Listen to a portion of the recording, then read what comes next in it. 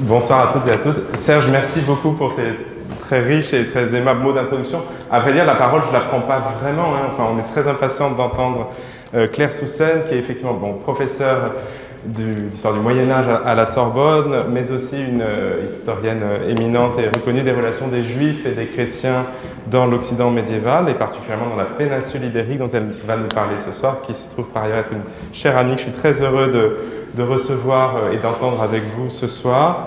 Claire Soussen a étudié un certain nombre de questions depuis ses travaux doctoraux jusqu'à tout récemment, afférentes à la présence juive en Espagne, à la question de la pureté dans les espaces culturels et cultuels juifs et chrétiens, à la question également récemment de la visibilité des quartiers juifs dans les villes d'Espagne, sur lesquels vous pourrez, dans le bref temps de discussion et de questions, la faire revenir. Elle va nous parler donc de l'histoire des Juifs d'Espagne tout de suite. Je lui donne la parole. Je tiens à préciser qu'elle est par ailleurs, et je l'en remercie aussi, membre du comité scientifique de notre institut. Claire, je t'en prie.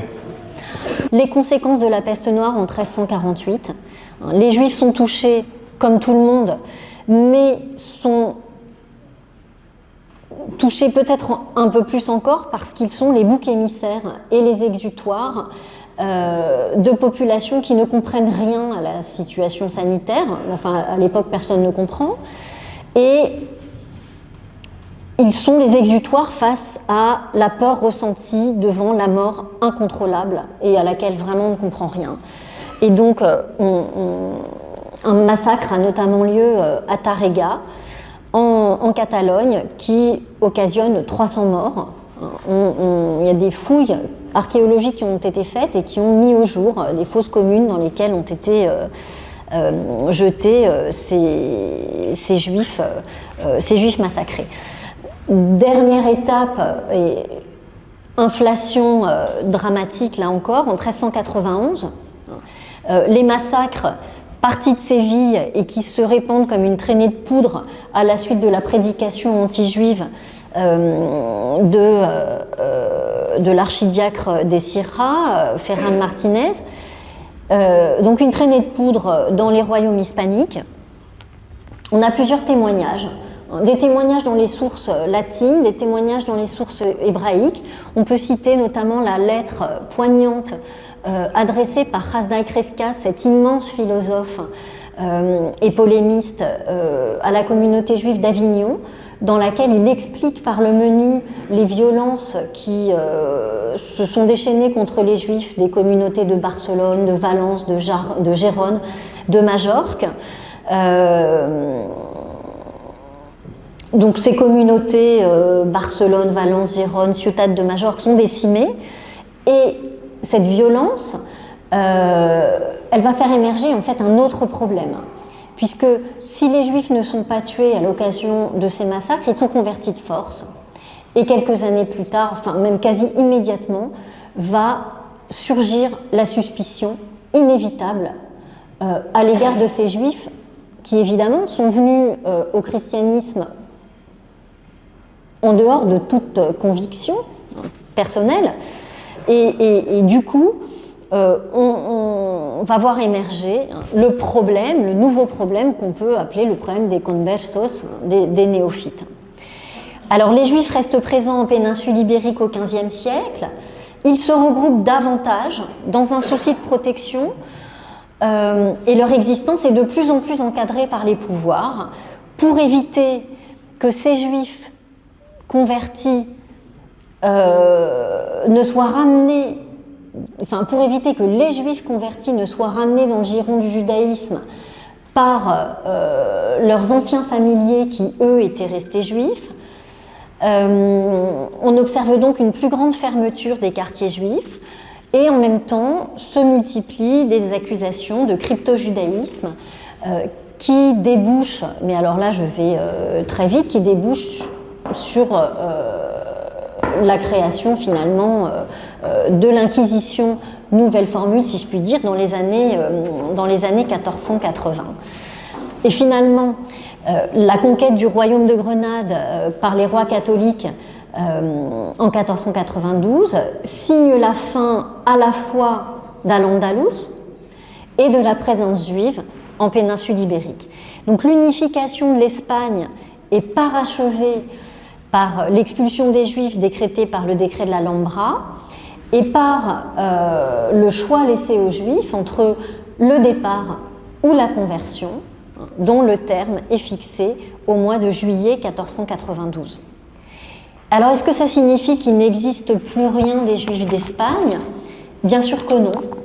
Certaines figures restent associées pour toujours à la péninsule ibérique, des sages et des savants, Benjamin de Tudel, dont on peut rappeler le livre des voyages, le Sefer Massaot, qu'il rédige entre 1163 et 1173.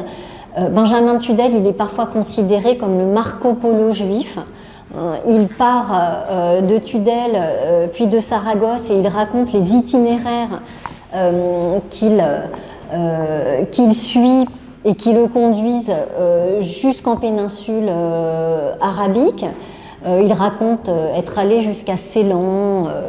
Et alors, bon, il y a beaucoup de questions qui se posent sur l'authenticité non pas de l'œuvre en elle-même, mais de toutes les parties de l'œuvre.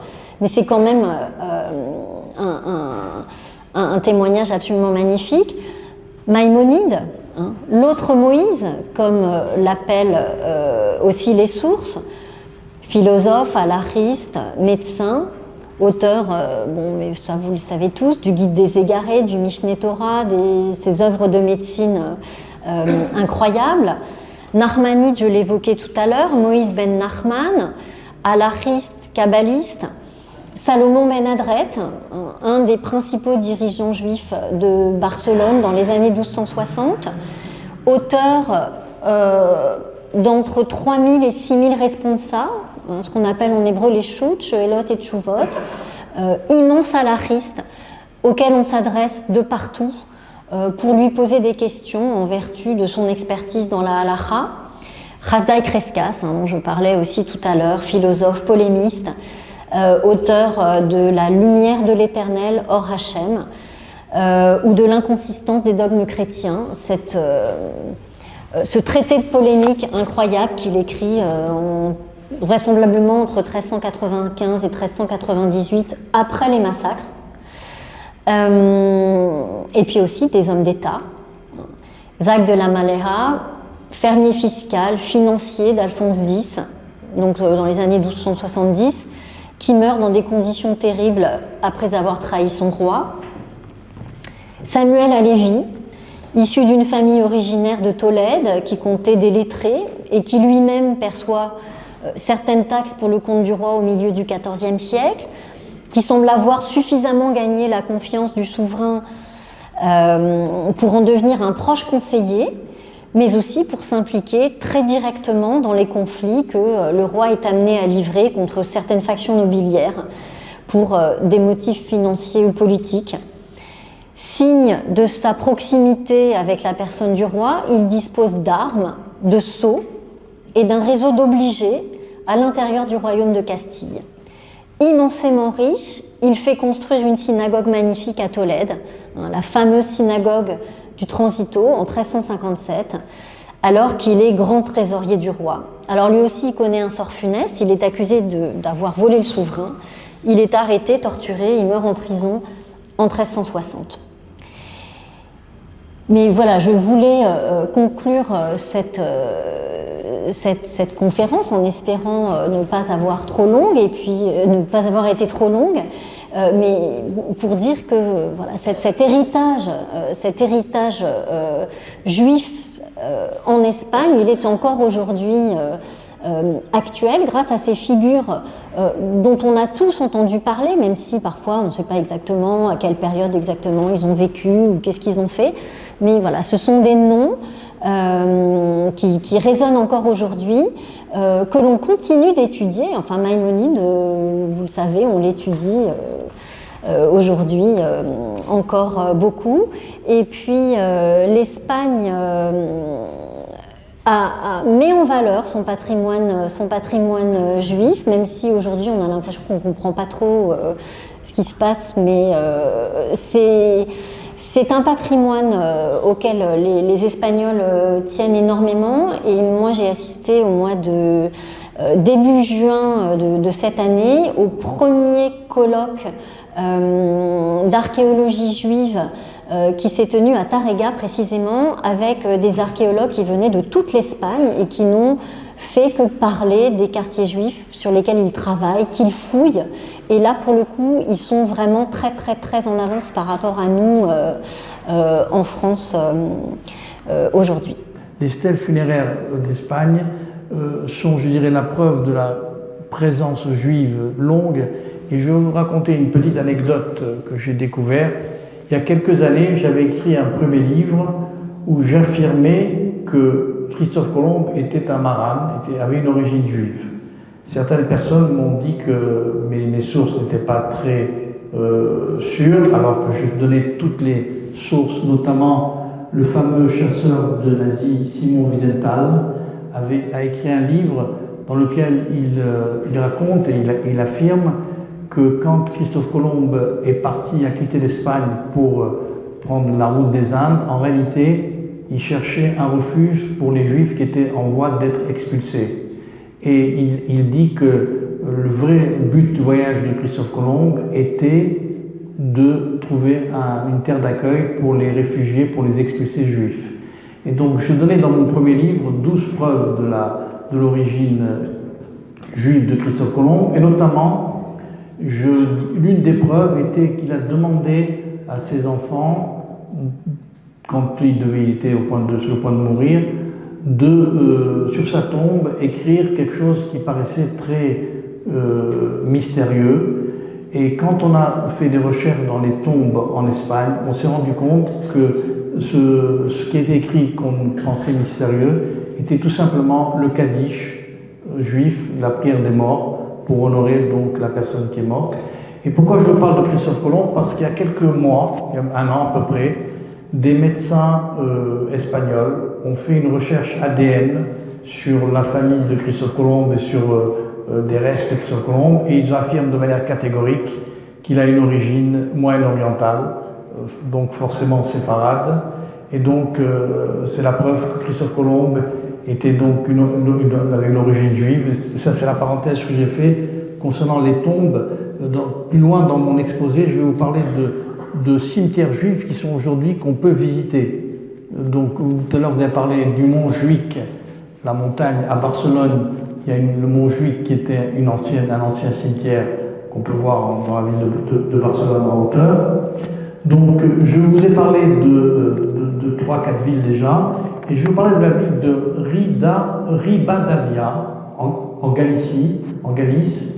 Ribadavia organise, et j'ai eu la chance de rencontrer un ami qui habite cette région et qui m'a confirmé que tous les ans se tient dans cette ville un défilé de personnes vêtues de tenues moyenâgeuses qui représentent l'époque du Moyen-Âge, et certaines de ces tenues sont des tenues juives, parce que la Galice se souvient donc de l'époque où il y avait des Juifs. Et aujourd'hui, dans le quartier historique de Ribadavia, on peut voir dans ces rues pavées des attractions qui rappellent donc cette époque. Et aujourd'hui, un musée juif a été créé, et un magasin de vin cachère existe, et même il y a 2 boulangeries juives. Une première boulangerie qui marchait tellement bien qu'elle a eu un concurrent qui a ouvert à Ribadavia une deuxième boulangerie juive. Donc aujourd'hui, il y a un certain attrait ou une certaine envie des Espagnols de connaître leur passé, malgré qu'aujourd'hui, tout le monde en a parlé, il y a le Premier ministre Sanchez, qui est le Mélenchon espagnol. Lui, il a la chance d'avoir précédé, je dirais, mais en 2027, il y aura de nouvelles élections, et il est probable que Sanchez perde son poste et qu'il y ait la droite qui revient. Donc à ce moment-là, vous pourrez partir en vacances en Espagne sans avoir de peur d'être comme le malheureux incident de l'avion où des enfants ont été chassés. Ça reste une tâche pour l'Espagne de s'en prendre à des adolescents et à des enfants. parce qu'ils sont juifs. Donc il y a donc à Ribadavia cette renaissance de l'atmosphère juive qu'ils avaient connue. Ce qu'il faut dire, c'est qu'en Espagne, d'après l'ADN, 20% des Espagnols ont de l'ADN juif. Mais les Espagnols ne le reconnaissent pas, et peut-être que parmi les plus grands antisémites ou antisionistes actuels, s'ils refaisaient leur généalogie, ils se rendraient compte qu'ils descendent d'ancêtres en partie juifs. Je vais vous parler maintenant aujourd'hui l'association Tarbout Sepharad, qui est une association qui a été créée par plusieurs descendants de Maran, et Myriam Cruzado, qui en est aujourd'hui la directrice, elle fait beaucoup pour tous ceux et celles qui veulent revenir au judaïsme, et cela va me permettre de vous parler de quelque chose qui me tient beaucoup à cœur, parce que depuis plusieurs années, je mène un combat incroyable. Nous sommes aujourd'hui, nous juifs, 14 millions dans le monde, alors qu'il y a plusieurs dizaines de millions de descendants de Maran. J'ai la chance aujourd'hui d'avoir parmi l'assistance des amis mexicains, espagnols, portugais, brésiliens, qui sont, je dirais, des descendants de Maran. Et je vais laisser tout à l'heure la parole à l'une d'entre elles, une de ces personnes aujourd'hui présentes, qui est une descendante de Maran espagnole et qui va vous raconter son incroyable parcours. Parce qu'aujourd'hui, malheureusement, il y a plusieurs dizaines de millions de descendants de Maran. Donc la population de descendants de Maran aujourd'hui est beaucoup plus importante que la population juive, que ceux qui revendiquent le judaïsme. Mais les Beth Din, les tribunaux rabbiniques, aussi bien en France qu'en Israël, sont très exigeants pour reconnaître la judéité. Si les tribunaux rabbiniques font des recherches extrêmement minutieuses et tatillonnent sur la lignée maternelle, donc des personnes qui souhaitent redevenir juifs. Et si on trouve qu'on n'est pas sûr qu'une arrière-grand-mère n'était pas forcément juive, on exige une conversion traditionnelle qui demande 2 ans d'études, alors que si on reconnaît que la lignée maternelle est juive, c'est une simple teshuva, une simple formalité pour devenir juif. Je vais maintenant laisser la parole à mon ami qui est là, ici, qui va se présenter, qui s'appelle Mélanie Fernandez et qui va vous raconter son histoire incroyable. Je suis issue de différentes régions d'Espagne. D'ailleurs, je connais très bien tous ces anciens quartiers juifs parce que justement ma famille est descendante de ces juifs qui ont été convertis de force. Et d'ailleurs, en 2005, j'ai eu une discussion avec un oncle du côté maternel qui est de Galice, au-dessus du Portugal, et qui m'avait affirmé qu'on avait des origines juives. Puis comme vous le savez, les Espagnols, le passé juif, on l'a toujours parlé des 3 cultures, mais sans réellement approfondir justement le passé juif. Ça fait depuis 1980 qu'on l'a commencé à propager, à faire découvrir la culture du judaïsme espagnol via Tarbout Sepharad. Et donc, lorsque mon oncle m'a dit qu'on était juif, au début, je ne l'ai pas cru. Je me suis dit, bon, c'est une invention, c'est pas possible. Et donc, j'ai commencé à faire des recherches. Et en commençant à faire des recherches sur les anciens quartiers juifs, mes noms de famille, justement, à Monforte de Lemos, une partie de ma famille, donc de la région de Lugo, de Orense, Ribadavia, je connais très bien aussi, Orense, on faisait partie des familles Fernandez et Alvarez qui, justement, sont marquées par l'Inquisition, les Lopez, et qui étaient liées à des familles, justement, certains s'appelaient Lévi, ou comme on peut retrouver un peu dans le nord de l'Espagne, pas seulement en Galice ou à Castille, Benveniste et bien d'autres qui ont évolué. Et c'est là où j'ai commencé aussi à explorer le côté paternel. Mon père, il est une partie de la région de Tolède, de la région d'Estrémadure. Donc, comme il a bien affirmé, il y a Hervas, qui est un peu en dessous de Béjar et de Ávila. Ávila qui est, on va dire, qui fait partie de la région de Castille et Léon, mais qui touche aussi la région, qui est proche de la région d'Estrémadure. Donc j'ai continué aussi à explorer cette partie. La famille de mon père, justement, est aussi descendante de Marane. Leurs noms correspondaient, ils ont évolué. Il y a eu certains noms, à Ben Arroyo, à Boulafia, qu'on a trouvé aussi à Toledo, et puis et bien d'autres, hein, j'en passe, hein, Navas ou Navaz, enfin, qui ont évolué, hein, bien sûr. Après, et en découvrant justement que j'étais 100% marane, j'ai continué encore à faire des recherches qui m'ont emmené à Bordeaux, à Amsterdam, à Salonique et bien sûr en Turquie. Et c'est là où j'ai découvert aussi, en regardant les archives et les noms, qu'ils portaient les mêmes noms que moi. Il y avait des familles Alvarez, il y avait des familles Fernandez, il y avait des familles Arroyo, Davila, Rodriguez et même au Caire. Donc c'est là où j'ai commencé à me poser la question. Finalement, mon oncle avait raison. Et dans le nord de l'Espagne, où on a aussi quelques rituels qui ressemblent aux coutumes juives, par exemple, bon, que j'ai eu du côté familial, hein, l'allumage des bougies le vendredi soir sans savoir pourquoi, et aussi le salage de la viande, et qui correspond bien sûr à une partie de la cache-route. Et dans le centre de l'Espagne, en Estrémadure, j'ai retrouvé des expressions qu'on retrouve dans le ladino. Par exemple, à Ondé, que ma grand-mère, côté paternel, continue à prononcer. Sachant que l'Extrémadure et Castille et la Manche, ils ont une culture très proche de la culture andalouse. Donc on a la sévillane, on a le flamenco. Et j'ai décidé de faire un retour au judaïsme. J'ai contacté plusieurs beddines, dont un à New York.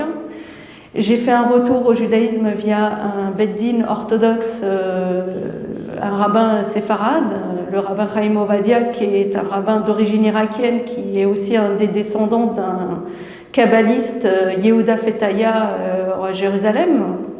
Il est d'origine irakienne, et puis bon, il y a plusieurs... je sais que les Fetaya, ils ne venaient pas tous d'Irak, il y avait aussi une partie d'Égypte. Et donc il m'a fait ce qu'on appelle un retour, et qui est équivalent à la lacha ashkénaze, un gur le khumra, que à Paris on ne voulait pas me faire. Donc je suis passée devant le beddin, je fréquentais déjà les communautés depuis 2005, les communautés orthodoxes. J'avais déjà une pratique du judaïsme, j'ai fréquenté aussi les mouvements de jeunesse, l'UEJF.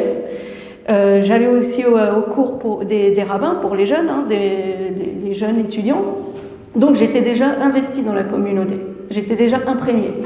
J'ai appris à lire l'hébreu toute seule, j'ai appris différentes liturgies séfarades, je connais différentes traditions séfarades, que ce soit d'Algérie, du nord du Maroc, de Turquie, je connais les prières en judéo-espagnol, certaines en judéo-arabe. Dans certaines synagogues où on laisse les femmes lire la Torah ou la Haftara, je lis en plusieurs traditions avec plusieurs ta'amim. Et quand j'ai fait mon retour au judaïsme à New York, à Brooklyn, c'était un beddin indépendant, parce que comme vous le savez, il y a toujours cette histoire de rivalité. Si vous ne vous alignez pas au rabbinat ou vous obéissez pas au rabbinat, on reconnaît pas, ou vous n'êtes pas dans la liste des beddins reconnus par le rabbinat, on ne vous reconnaît pas comme juif, alors que halachiquement vous êtes juif. Et il y a eu ce problème-là il y a plusieurs années au Maroc aussi. Et donc moi j'ai contacté plusieurs beddins européens reconnus par le rabbinat, comme le beddin d'Amsterdam, de Manchester, et aussi le consistoire de Nice qui m'ont validé. Voilà. J'ai vraiment reconfirmé mes statuts. Je suis 100% juive. Et aussi, pour terminer, quand j'ai voulu faire un test ADN, parce que je me suis dit, bon, finalement, je suis juive, Mais j'aimerais approfondir puisque j'ai une attirance aussi vers le Moyen-Orient. J'ai déjà été en Israël. Israël, je me suis sentie comme chez moi.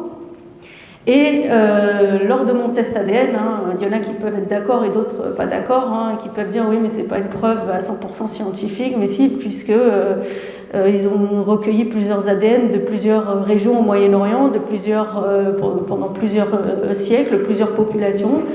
Ma famille vient à 100%, les origines viennent à 100% du Moyen-Orient.